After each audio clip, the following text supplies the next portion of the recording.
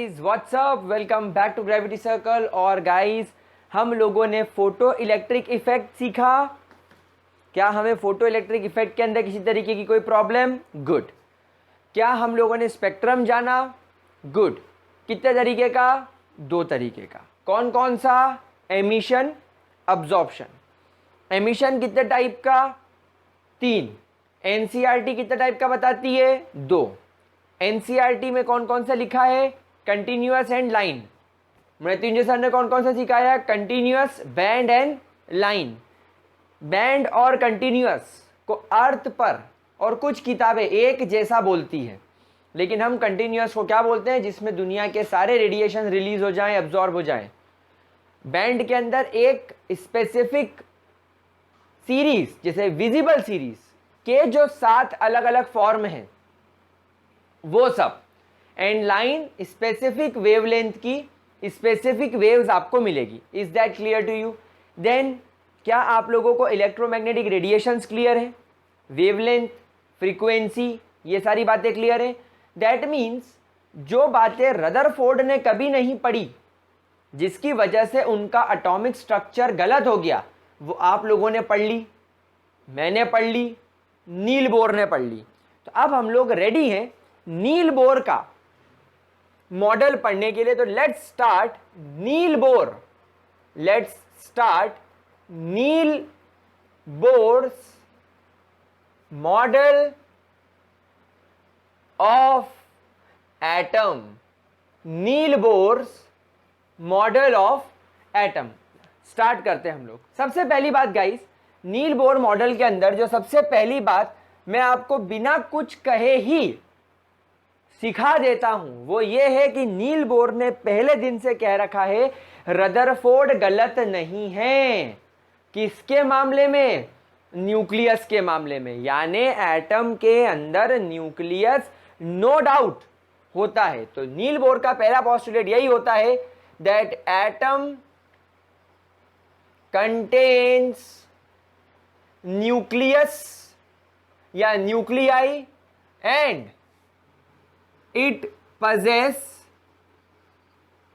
all the neutrons and protons in it, therefore it is very massive, बहुत ज़्यादा massive होता है और न्यूक्लियस होता है। यानी जो भी मैं भी स्ट्रक्चर ऑफ मॉडल जो प्रोड्यूस करूंगा, मॉडल प्रोड्यूस करूंगा एटम का, उसमें मैं न्यूक्लियस जरूर ऐड करूंगा।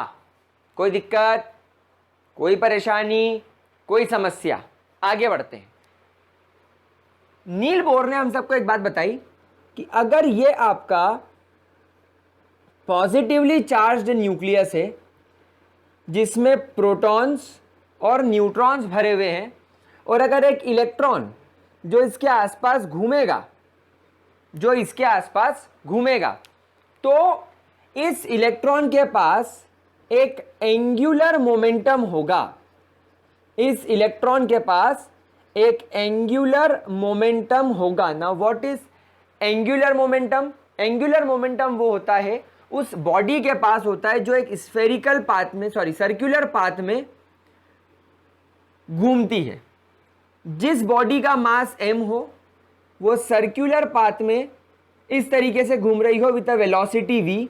यानी इस बॉडी जिसका मास m है, वेलोसिटी v है और सेंटर से उसका रेडियस r है।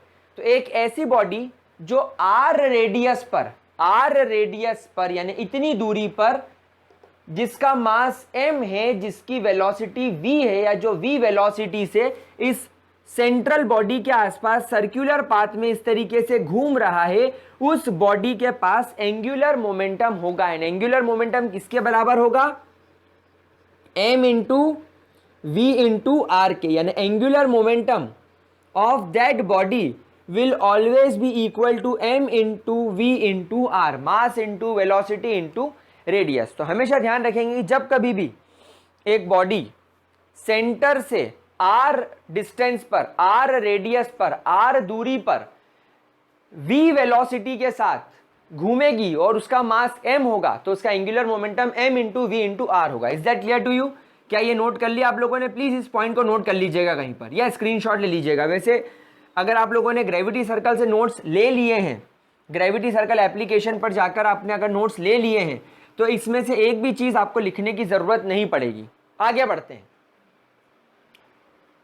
नील बोर ने क्या करा था?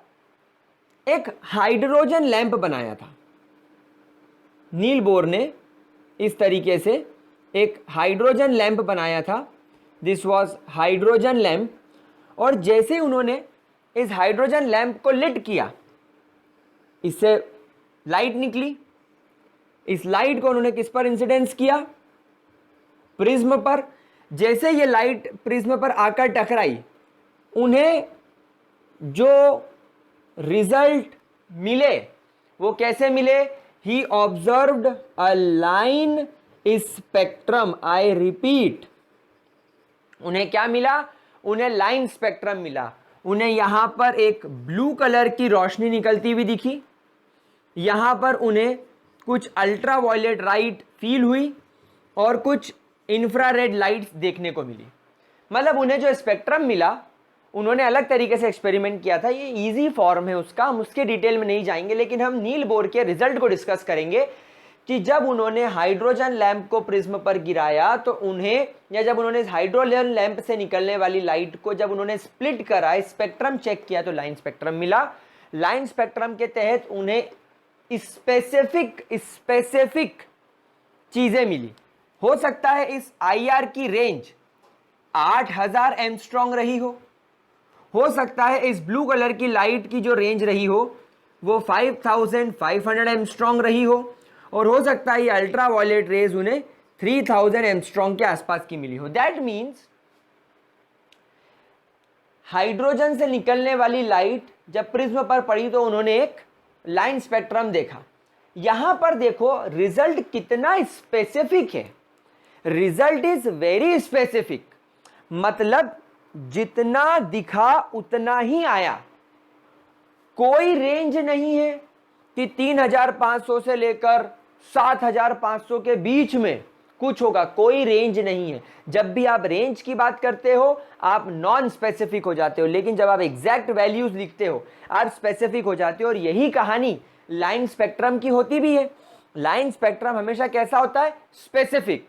तो नील बोर के दिमाग में एक बात चढ़ गई कि हो ना हो एटम के अंदर भी हर चीज स्पेसिफिक होगी। न्यूक्लियस स्पेसिफिक है, न्यूक्लियस के अंदर सारे न्यूट्रॉन फिक्स, सारे प्रोटॉन्स फिक्स, यानी स्पेसिफिक। बिल्कुल क्लियर कट बात हो गई, एक लाइन में बात हो गई कि न्यूक्लियस फिक्स है, न्यूक्लियस स्पेसिफिक है। तो इलेक्ट्रॉन्स ने आपका और मेरा क्या बिगाड़ा है? इलेक्ट्रॉन्स भी कैसे होंगे? स्पेसिफिक होंगे। तो उन्होंने यहां पर सेकेंड पोस्टुलेट हमारे सामने रखा, that electrons do not revolves randomly. Electrons randomly revolve नहीं करेंगे। एक एटम के अंदर इलेक्ट्रॉन बिल्कुल भी, आई रिपीट, बिल्कुल भी रैंडमली रिवॉल्व नहीं करेंगे। तो अगर ये रैंडमली रिवॉल्व नहीं करेंगे तो इनका रिवॉल्यूशन, ये किस तरीके से न्यूक्लियस के आसपास घूमेंगे? तो इसको एक्सप्लेन करते हुए उन्होंने कहा कि जिस प्रकार हमारा लाइन स्पेक्ट्रम स्पेसिफिक है, क्यों स्पेसिफिक वैल्यू आई होगी? क्यों हमें ऐसा लगा होगा कि स्पेसिफिक ही होना चाहिए? लाइन स्पेक्ट्रम क्यों मिला? क्योंकि एटम के अंदर हर चीज स्पेसिफिक होगी। तो इसीलिए उन्होंने कहा that electrons always moves in a specific path. इस पाथ को हम लोग आगे ऑर्बिट के नाम से बोला करेंगे, शेल के नाम से बोला करेंगे। तो electron always moves in a specific path और स्पेसिफिक ऑर्बिट और specific shell at specific radius, मतलब इन शेल्स का, इन ऑर्बिट का न्यूक्लियस से एक स्पेसिफिक रेडियस होगा। फॉर एग्जाम्पल, अगर यहां पर मेरा एक न्यूक्लियस बन जाए तो इस न्यूक्लियस से जो मेरा फर्स्ट शेल आएगा उसका रेडियस R1 होगा, तो वो बिल्कुल फिक्स होगा। इस शेल को हम लोग नाम देंगे n is equal to 1 shell, जिसको आप लोगों ने क्लास 9th में K शेल के नाम से पढ़ा होगा। याद आ रहा है कुछ? थोड़ा थोड़ा क्लियर हो रहा है क्या? इतनी बात समझ में आ रही है? फिर जो दूसरा शेल होगा न्यूक्लियस से, उसका रेडियस न्यूक्लियस से R2 होगा। इस शेल को अपन n इज इक्वल टू 2 नाम देंगे, ये L शेल कहलाएगा। फिर तीसरा शेल न्यूक्लियस से R3 रेडियस पर होगा, जिसको हम लोग M नाम देंगे, जिसको n इज इक्वल टू 3 बोलेंगे ना, शेल नंबर 3। देन चौथा शेल न्यूक्लियस से R4 रेडियस पर होगा, जिसको n नाम देंगे, n इज इक्वल टू 4 कहेंगे। समझ में आ रही है बात आप लोगों को? तो एटम के अंदर इस प्रकार कुछ स्पेसिफिक पाथ, यानी स्पेसिफिक रास्ता हो गया, देखो इसी रास्ते पर घूमना है, या इन्हें ऑर्बिट बोल लो या इन्हें शेल बोल लो, और इनके रेडियस भी कैसे होंगे? स्पेसिफिक। तो एटम के अंदर जो इलेक्ट्रॉन्स होते हैं वो स्पेसिफिक पाथ में, स्पेसिफिक ऑर्बिट में या स्पेसिफिक शेल में, जिनका रेडियस भी स्पेसिफिक है, घूमते हैं विथ स्पेसिफिक एनर्जी। मतलब यहां पर एक बात मैं आपको बताऊं कि इलेक्ट्रॉन के पास जो एनर्जी होगी वो भी स्पेसिफिक होगी। मतलब ऐसा नहीं है कि यहां वाला इलेक्ट्रॉन एक, मतलब लेट से, चलो यहां पर 2 इलेक्ट्रॉन है, एक A और एक B, तो A इलेक्ट्रॉन की एनर्जी ज्यादा है, B इलेक्ट्रॉन की एनर्जी कम है, ऐसा नहीं होगा। अगर इलेक्ट्रॉन फर्स्ट शेल में होगा तो उसकी स्पेसिफिक एनर्जी होगी कि तू इतनी एनर्जी से ही मूव करेगा, लेट से 1.2 किलो जूल एनर्जी से ही मूव करेगा, इससे ज्यादा भी नहीं होगी, इससे कम भी नहीं होगी। अगर L शेल में 8 इलेक्ट्रॉन है तो 8 की एनर्जी सेम होगी। आई बात समझ में? इस तरीके से नील बोर ने हमें समझाया with specific energy and specific kinetic energy, और we can say not kinetic energy, velocity, क्योंकि वेलोसिटी से घूम रहे हैं। मतलब यहां पर आपके इलेक्ट्रॉन्स के पास वेलोसिटी भी स्पेसिफिक होगी। मतलब समझ रहे हो इलेक्ट्रॉन की कितनी खतरनाक पोजीशन बताई यहां पर आपको नील बोर ने कहा कि एटम के अंदर इलेक्ट्रॉन स्पेसिफिक पाथ में घूमता है। तो लेट्स से कि फर्स्ट शेल में अगर इलेक्ट्रॉन यहां पर है तो वो कंटिन्यूअसली इसी शेल पर घूमेगा, या तो वो यहां पाया जाएगा, या तो वो यहां पाया जाएगा, या तो वो यहां पाया जाएगा। इन दोनों पाथ के बीच में खाली स्पेस में नहीं मिलेगा, इन दोनों पाथ के बीच में खाली स्पेस में कभी नहीं मिलेगा, यहां कभी नहीं मिलेगा, यहां कभी नहीं मिलेगा। अगर वो अपने पाथ पर है तो वो अपने पाथ पर ही मिलेगा। Is that clear to you? क्या पहले 3 पोस्टुलेट्स हमें बहुत अच्छे तरीके से समझ में आए? क्या इसके अंदर किसी भी तरीके की कोई भी दिक्कत? पक्की बात? श्योर है हम लोग? क्या हम इसे रब करके आगे बढ़ सकते हैं? ठीक है, तो चलिए आगे बढ़ते हैं। अब मुझे एक बात समझ में नहीं आती, आप भी सोचो जब तक मैं इसको रब कर रहा हूं। बटन दबाया बल्ब चालू, बटन दबाया बल्ब बंद, बटन दबाया टॉर्च चालू, बटन दबाया टॉर्च बंद। टॉर्च में से क्या निकल रही है? लाइट। लाइट हमें क्या करती है? देखने में मदद करती है। तो लाइट अगर आपको देखने में मदद करती है तो वो एक तरीके का विजिबल रेडिएशन है। मतलब टॉर्च में से रेडिएशन निकल रहा है, बल्ब में से, ट्यूबलाइट में से, एलईडी में से रेडिएशन निकल रहा है। तो बल्ब के अंदर क्या है? ट्यूबलाइट के अंदर क्या है? ट्यूबलाइट के अंदर गैस भरी हुई है।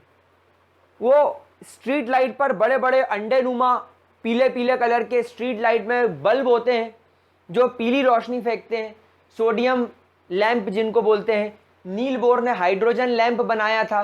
तो ये जो लैंप्स होते हैं, इनको जैसे आप इलेक्ट्रिसिटी प्रोड्यूस करते हो, ये इलेक्ट्रोमैग्नेटिक रेडिएशन निकालना चालू कर देते हैं। मतलब ये क्या निकालना चालू कर देते हैं?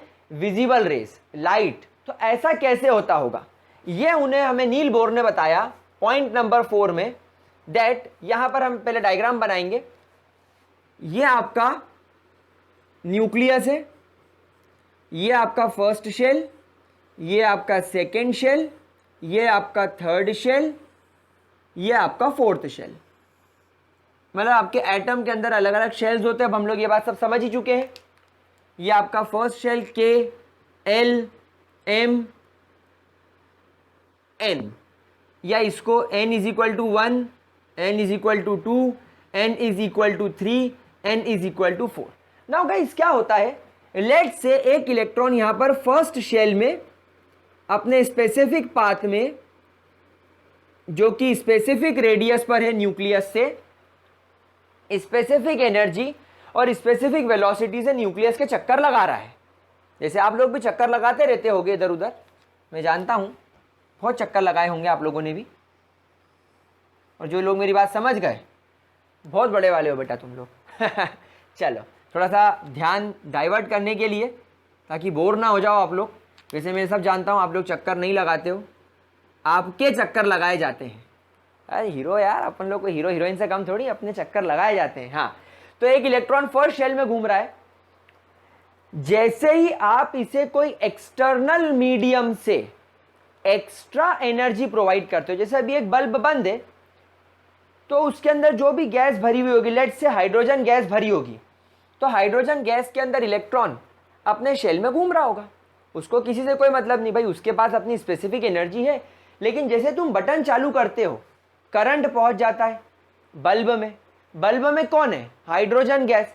हाइड्रोजन गैस के पास करंट पहुंचता होगा। हाइड्रोजन गैस में क्या है? हाइड्रोजन के एटम, तो करंट हाइड्रोजन एटम तक पहुंचता होगा। हाइड्रोजन एटम में क्या है? इलेक्ट्रॉन, तो अल्टीमेटली करंट इलेक्ट्रॉन तक पहुंचता होगा। और जैसे ही करंट इलेक्ट्रॉन पर पहुंचता है, करंट क्या? एनर्जी। तो जैसे ही वो करंट नुमी एनर्जी, करंट टाइप की एनर्जी इलेक्ट्रॉन के पास पहुंचती है, इलेक्ट्रॉन वो एनर्जी अब्सॉर्ब करके एक्साइटेड होकर हायर एनर्जी शेल पर जाकर घूमने लग जाता है, हायर एनर्जी लेवल पर जाकर घूमने लग जाता है। And this process is called as excitation of electron.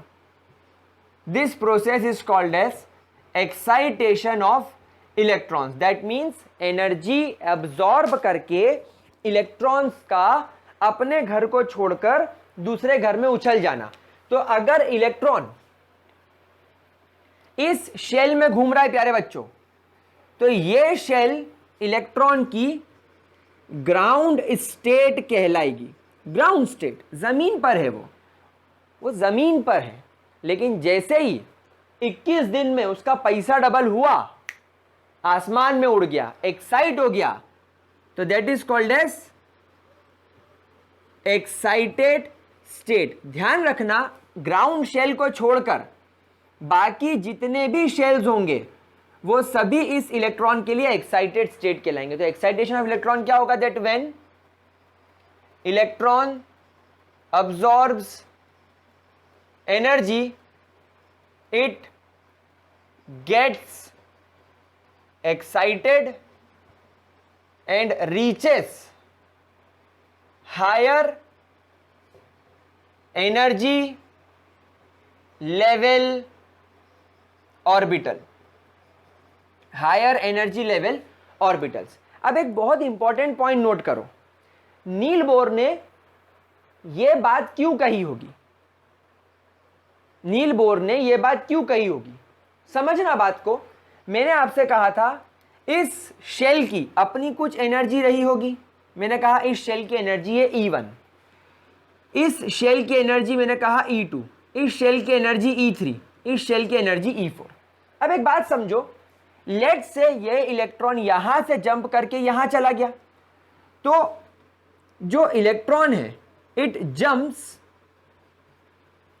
From E1 to E4, electron E1 से जंप करके E4 में चला गया, मतलब n इज इक्वल टू 1 से जंप करके n इज इक्वल टू 4 में चला गया। अब मेरी बात समझो, यहां पर लाइन स्पेक्ट्रम की फिर से बात जोड़ूंगा। क्या है लाइन स्पेक्ट्रम? स्पेसिफिक, बिल्कुल स्पेसिफिक। हम लोग सब जानते हैं कि फर्स्ट शेल की एनर्जी E1 है। E1 स्पेसिफिक एनर्जी मान लूं, लेट से इस शेल की एनर्जी है 10, अभी इमेजिनरी बोल रहा हूं। लेट से इस शेल की एनर्जी है 10 और इस शेल की एनर्जी है 40। इस शेल की एनर्जी कितनी है? 40। तो दोनों वैल्यूज स्पेसिफिक हो गई। समझ पा रहे हो बात को? तो अभी इलेक्ट्रॉन इस शेल में घूम रहा है, अभी इलेक्ट्रॉन इस शेल में घूम रहा है, मतलब इलेक्ट्रॉन को क्या आदत है? 10 किलो जूल्स एनर्जी में रहने की। लेकिन अब उसको यहां से यहां जाना है, तो उसको कितनी एनर्जी गेन करनी पड़ेगी? तो change in energy is always equal to E4 minus E1। मतलब जिस शेल में वो गया, एक्साइटेड होकर उसे जाना है, उस एक्साइटेड शेल की एनर्जी माइनस उसके ग्राउंड शेल की एनर्जी, इतनी एनर्जी का डिफरेंस उसको चाहिए। समझ पा रहे हो बात को? कड़ी बात को पकड़ ली इस चीज को आप लोगों ने, कि इलेक्ट्रॉन अभी यहां पर लेट से E1 एनर्जी से घूम रहा है, या इस शेल की एनर्जी E1 है। अब उसे यहां से जंप करके यहां जाना है E4 में, तो उसे एनर्जी गेन करनी पड़ेगी। तो इलेक्ट्रॉन कितनी एनर्जी गेन करेगा? डेल्टा E, मतलब E4 माइनस E1। क्या एनर्जी स्पेसिफिक गेन करी उसने? हाँ भाई, अगर उसको लेट से इसकी एनर्जी 10 है और इसकी 40 है, तो 40 माइनस 10 30, तो उसको 30 किलो जूल्स की एनर्जी चाहिए। अगर उससे कम मिलेगी नहीं जाएगा, ज्यादा मिल जाएगी तो दूसरे शेल में निकल जाएगा। 30 मतलब 30, 10 खुद के पास है, 30 और दे दो, 40 होकर वो चौथे शेल में चला जाएगा। क्या मेरी बात समझ पा रहे हैं आप लोग? क्या इसके अंदर किसी भी तरीके की कोई दिक्कत? तो ये हो गई, देखो, एक स्पेसिफिक बातचीत। This is very specific. समझ में आ रही बात आप लोगों को? तो यहां पर आपके एटम ने एनर्जी कैसी अब्सॉर्ब करी? स्पेसिफिक एनर्जी अब्सॉर्ब करी, स्पेसिफिक एनर्जी अब्सॉर्ब करी। पॉइंट पकड़ रहे हो? इस पॉइंट को जरूर नोट कर लीजिएगा। देख लिया? रब करना पड़ेगा मुझे क्योंकि। चलिए, अब क्या हुआ, अपने राजू को हेरा फेरी में स्टार फिशरीज के मालिक, क्या नाम था उनका, मैं नाम भूल गया उनका, जमुना प्रसाद, की वजह से लाखों रुपए का फायदा होता है, अमीर बन जाते हैं। लेकिन फिर हेरा फेरी में क्या होता है? बेवकूफ आदमी था, गरीब आदमी था, पागल आदमी था, उसको पैसा बचाते नहीं आया, बन गया बेवकूफ, वापस गरीब हो गया। तो ये अपना इलेक्ट्रॉन भी कौन है? फिर हेरा फेरी वाला राजू है। पहले पिक्चर में घनश्याम सेठ, राजू सेठ और बाबूराव गणपतराव आपटे, ये बाबूराव का स्टाइल है। तीनों क्या हो गए? अमीर बन गए। लेकिन क्या पैसा संभालते आया देवा? नहीं आया। तो उठा ले रे बाबा, उठा ले। क्या हुआ? जितना पैसा कमाया था सब गवाकर जहां से चले थे वहीं आ गए। समझ रहे हैं बात को? इस प्रोसेस को बोला जाता है डी एक्साइटेशन ऑफ इलेक्ट्रॉन।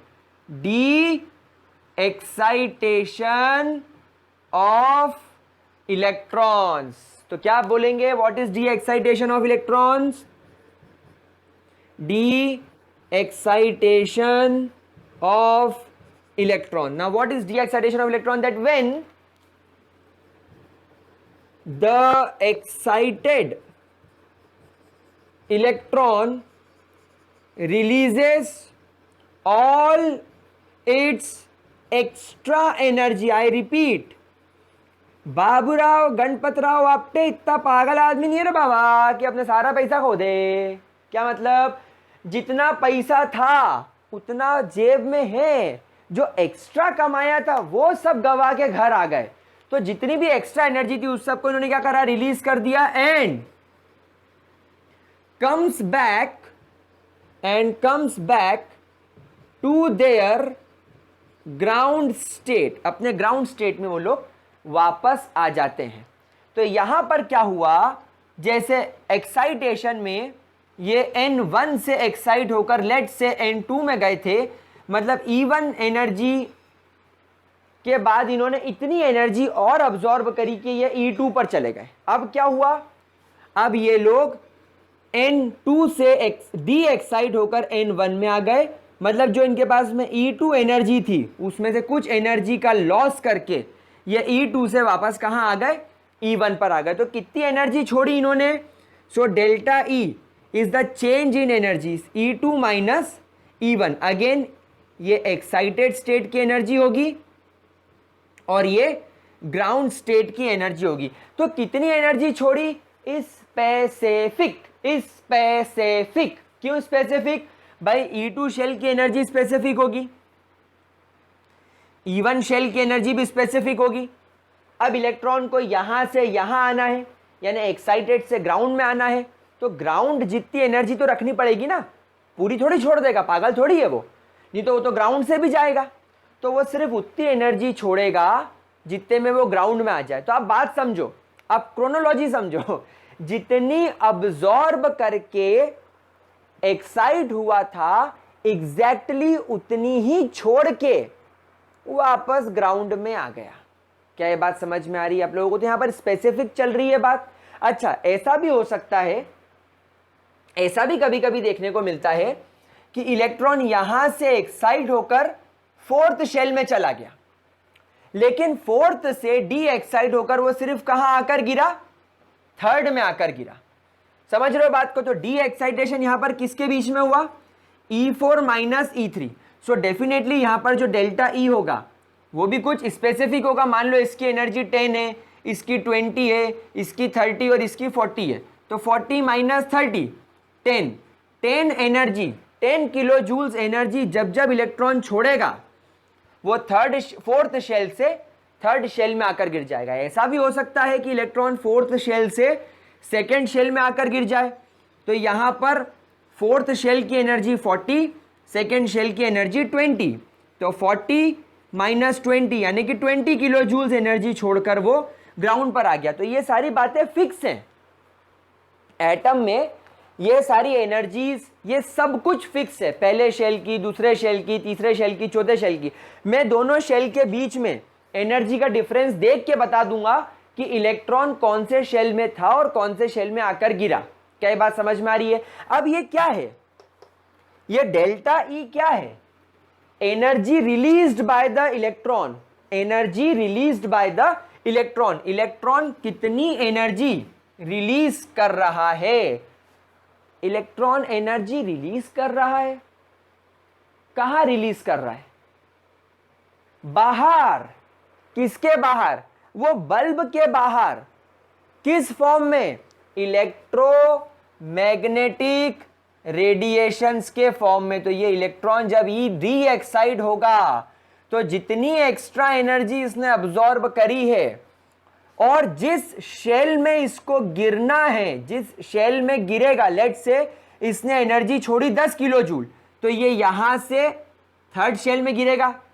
तो 10 किलो जूल जो ये एनर्जी छोड़ रहा है वो जिस इलेक्ट्रोमैग्नेटिक वेव की रेंज में आएगी, ये वो इलेक्ट्रोमैग्नेटिक वेव छोड़ेगा। मतलब ये इलेक्ट्रोमैग्नेटिक रेडिएशंस के रूप में एक्स्ट्रा एनर्जी रिलीज करता है, जो बल्ब के बाहर हमको लाइट के फॉर्म में, हीट के फॉर्म में, अल्ट्रावायलेट रेस के फॉर्म में आती हुई नजर आती है। क्या बात समझ में आई आप लोगों को?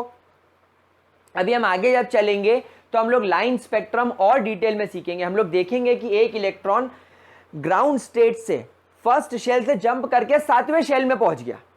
अब वो 7वें से एनर्जी छोड़कर सिर्फ 6ठे में गिरता है, तो कम एनर्जी छोड़ी, तो दूसरी इलेक्ट्रोमैग्नेटिक रेडिएशन। 7वें से गिर के 5वें में आ गया तो थोड़ी ज्यादा एनर्जी छोड़ी, तो दूसरा इलेक्ट्रोमैग्नेटिक रेडिएशन। क्योंकि हम लोग तो जानते हैं इलेक्ट्रोमैग्नेटिक रेडिएशन की पूरी एक रेंज है, गामा से लेकर रेडियो के बीच में। तो गामा से रेडियो के बीच में इस इलेक्ट्रॉन के द्वारा छोड़ी गई एनर्जी जिस कैटेगरी में आकर गिरेगी, उस कैटेगरी की ये क्या करेगा, इलेक्ट्रोमैग्नेटिक रेडिएशन छोड़ेगा। क्या बात समझ में आ रही है? यूजुअली हाइड्रोजन स्पेक्ट्रम, ये जो अपने घर में बल्ब वगैरह लगे होते हैं, इनसे जो एनर्जी निकलती है ये विजिबल रेंज में आती है, इसलिए हमें इससे दिखाई देता है। क्या ये बात समझ में आई आप लोगों को? तो this process is called as de excitation of electron. क्या ये चीज समझ में आई? और इसीलिए तो आपको यहां पर क्या मिल रहा था, लाइन स्पेक्ट्रम। मतलब हो सकता है कि हाइड्रोजन एटम का इलेक्ट्रॉन फर्स्ट से जंप करके थर्ड में जा रहा हो और थर्ड से वापस गिरकर फर्स्ट में आ रहा हो। इस वजह से जो इलेक्ट्रोमैग्नेटिक रेडिएशन निकल रही थी वो ब्लू कलर की दिख रही होगी, क्योंकि वो यही कर रहा है, फर्स्ट से थर्ड में जा रहा है, थर्ड से फर्स्ट में गिर रहा है, थर्ड से फर्स्ट में, फर्स्ट में थर्ड में, तो एक ही लाइन आपको दिखाई पड़ेगी। क्या बात समझ में आ रही? तो this is called as de excitation of electron. Please जरा इतना नोट कर लीजिए। हाँ गाइस, इतना हुआ क्लियर? इतना चमका दिमाग में आपके? चलो, अब हमको इलेक्ट्रोमैग्नेटिक रेडिएशंस क्यों एक बल्ब से निकलते हैं, एक CFL से निकलते हैं, हमें ये चीज क्लियर हो गई। और हम लोग ये भी सब समझ गए कि ये जरूरी नहीं है कि एटम जिस ग्राउंड शेल से उछल के जिस एक्साइटेड स्टेट में गया था वो उस एक्साइटेड स्टेट से वापस उसी शेल में आए, वो बीच के शेल में भी रुक सकता है। डिपेंड कर रहा है कि वो कितनी एनर्जी छोड़ता है। I repeat this topic once again कि अगर आपका इलेक्ट्रॉन फर्स्ट शेल में यानी ग्राउंड शेल में हो और यहां से वो जंप करके 7वें शेल में पहुंच गया लेट से, तो ये तो उसका एक्साइटेशन हो गया। मतलब यहां पर उस इलेक्ट्रॉन के पास मान लो 10 किलो जूल्स की एनर्जी है, तो उसने 60 किलो जूल्स एनर्जी अब्सॉर्ब करके 70 किलो जूल्स वाले शेल में जाकर बैठ गया। ये इमेजिनरी वैल्यूज है, लेकिन समझाने के लिए। अब क्या हुआ, उस इलेक्ट्रॉन को एनर्जी छोड़नी है, तो जब वो एनर्जी छोड़ेगा तो वो हो सकता है कि वो बीच में आने वाले किसी शेल में रुक जाए। तो लेट्स से आपके इस इलेक्ट्रॉन ने जो एनर्जी छोड़ी वो मात्र 20 किलो जूल छोड़ी। कितनी छोड़ी? 20 किलो जूल। तो अभी उसके पास में कितनी थी? 70। कितनी रिलीज कर दी? 20। तो कौन से शेल में आ गया? 5th शेल में। क्यों? क्योंकि 5th शेल की एनर्जी 50 किलो जूल्स होती है। तो ये जो 20 किलो जूल एनर्जी निकली उस इलेक्ट्रॉन से, ये कौन से इलेक्ट्रोमैग्नेटिक वेव के पास होती है? लेट्स से हमारे पास में रेडियो वेव से लेकर गामा रेस तक इलेक्ट्रोमैग्नेटिक रेडिएशंस होते हैं, है ना? तो ये 100 है और ये 0 है। अपन इमेजिनेशन में बात कर रहे हैं। 100 किलो जूल से लेकर 0 किलो जूल्स, और यहां पर कहीं पर विजिबल रेडिएशन के पास में 20 किलो जूल एनर्जी होती है।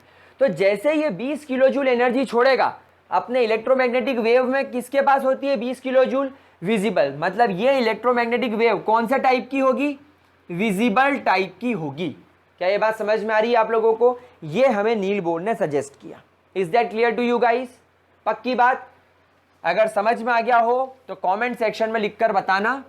नहीं आया हो तो प्लीज वीडियो को थोड़ा सा 1-2 बार और देखने की कोशिश करो, और नहीं आए तो थोड़ा और वेट करो। जब अपन और आगे चल के स्पेक्ट्रम्स पर और बात करेंगे तब डेफिनेटली क्लियर हो जाएगा। नाउ नील बोर का छठा पॉइंट वो खुद एक्सप्लेन नहीं कर पाए। मतलब पिक्चर अभी बाकी है मेरे दोस्त, बात खत्म नहीं हुई है। नील बोर बता तो रहे हैं लेकिन प्रूव नहीं कर पाए हैं, और यही इनके मॉडल में कमी आने वाली है। समझ रहे हो बात को? अब यहां पर क्या होगा इस बात को अपन समझते हैं। दैट नील बोर ने कहा दैट द एंगुलर मोमेंटम, मैं आपको पहले ही बता चुका हूं एंगुलर मोमेंटम क्या होता है। That the angular momentum of an electron in a shell is always equal to h upon 2 pi, is always equal to h upon 2 pi। वो इस बात को प्रूफ नहीं कर पाए। नील बोर ने कहा आई डोंट नो वाई, मुझे नहीं पता क्यों, पर ऐसा होता है। आपको भी समझ में नहीं आया होगा मैं क्या बोल रहा हूं, क्या बकवास कर रहे हो। देखो लेट्स से आपका इलेक्ट्रॉन अभी फर्स्ट शेल में है। इलेक्ट्रॉन कौन से शेल में है? फर्स्ट शेल में है। आप सब जानते हो इस फर्स्ट शेल का कुछ रेडियस होगा। तो लेट से फर्स्ट शेल का रेडियस मैंने माना r, तो इस इलेक्ट्रॉन का एंगुलर मोमेंटम क्या हो जाएगा, इस इलेक्ट्रॉन का एंगुलर मोमेंटम क्या हो जाएगा, m into v into r, where r is the radius of the first shell, v is the velocity of electron and m is the mass of electron. क्या बात समझ में आ रही है? तो m into v into r की कुछ वैल्यू आई होगी, m into v into r की कुछ वैल्यू आई होगी। फिर उन्होंने बोला that this value is equal to h upon 2 pi, nh upon 2 pi, in fact nh upon 2 pi, where n is number of shell, मतलब इलेक्ट्रॉन अभी कौन से शेल में है, h is your Planck's constant, आपका प्लैंक्स कांस्टेंट है। ये क्या है प्लैंक्स कांस्टेंट की वैल्यू 6.626 into 10⁻⁻34 joules seconds and 2 pi. तो जब आप इस h अपॉन 2 पाई में यानी 6.626 into 10⁻⁻34 joules second divided by 2 into 3.14 और नंबर ऑफ शेल की जगह अगर आप 1 रख दोगे तो इसको सॉल्व करने पर अभी एक काम करते हैं, 3 2 6, अपन इसको 6.6 मान लेते हैं अप्रोक्सीमेटली। तो ये 6.6 इस 6.6 को 1 टाइम्स काट रहा है, तो 1 इंटू 10⁻⁻34 जूल्स सेकेंड, ये इस h अपॉन 2 पाई को सॉल्व करने पे वैल्यू आई। एग्जैक्टली यही वैल्यू आप यहां पर जब मास में इलेक्ट्रॉन का मास रखोगे, वेलोसिटी में उसकी वेलोसिटी रखोगे और r में रेडियस r रखोगे, तो इसकी वैल्यू भी एग्जैक्टली यही आएगी, जूल सेकेंड। तो नील बोर ने बोला ऐसा क्यों हो रहा है मुझे नहीं पता, पर ऐसा हो रहा है, दिस इज हैपनिंग। जब आप यहां पर इलेक्ट्रॉन अगर सेकेंड शेल में है और उसका एंगुलर मोमेंटम निकालोगे तो यहां पर nh अपॉन 2 माई में n की जगह 2 आ जाएगा, 2 से 2 कैंसिल, ये इसको 2 टाइम्स कट करेगा लेट से, तो ये हो जाएगा 2 इंटू 10⁻⁻34। तो जब इलेक्ट्रॉन सेकेंड शेल में होगा और लेट से उसका रेडियस अपन मान ले r2, तो m इंटू v ये तो सेम रहेगा, वेलोसिटी में बदलाव आएगा, सेकेंड शेल में इलेक्ट्रॉन की वेलोसिटी में चेंज आएगा और r यहां पर 2 हो जाएगा। तो जब आप इसकी वैल्यू निकालोगे तो वो 2 इंटू 10⁻⁻34 ही आएगी। तो ऐसे एंगुलर मोमेंटम निकालो या इससे एंगुलर मोमेंटम निकालो, सेम आ रहा है। तो angular momentum of an electron in a shell is always equal to h upon 2 pi. h upon 2 pi लिखा मैंने, n क्यों हटा दिया, क्योंकि ये शेल के हिसाब से चेंज हो रहा है। क्या बात समझ में आई? और नील बोर इसको कभी बता नहीं पाए थे, लेकिन उन्होंने इस h अपॉन 2 पाई को एक नाम दे दिया, and this h upon 2 pi is known as Bohr's quantization. Bohr's quantization. अब ये क्या था, ये क्यों था, ये किस लिए था, ये कौन बताएगा? हमारे अपने आइंस्टाइन, गुरुओं के गुरु आइंस्टाइन। सबके काम में इनको क्या था, पढ़ने का, समझने का शौक था, और ये उनके कामों को भी सॉल्व कर देते थे। He was very brilliant, that means. तो बोर्स की बात आइंस्टाइन आगे समझाएंगे, लेकिन यहां पर बोर मॉडल के सारे पॉस्टुलेट्स खत्म होते हैं। आई गेस इतना क्लियर हो गया होगा आप लोगों को। तो यहां पर थ्योरेटिकल पार्ट कंप्लीट। अब बोर्स कुछ कैलकुलेशंस करेंगे, बोर्स हमें रेडियस बताएंगे, बोर्स हमें एनर्जी बताएंगे, बोर्स हमें वेलोसिटी बताएंगे। दैट मीन्स हमें यहां पर सारी बातें पता चलने वाली है। बट अभी इतना जरा कुछ हजम करो, डाइजेस्ट करो, पढ़ो, बाकी की बात नेक्स्ट वीडियो में करेंगे। तो that's all for this video guys, bye bye, have a great day.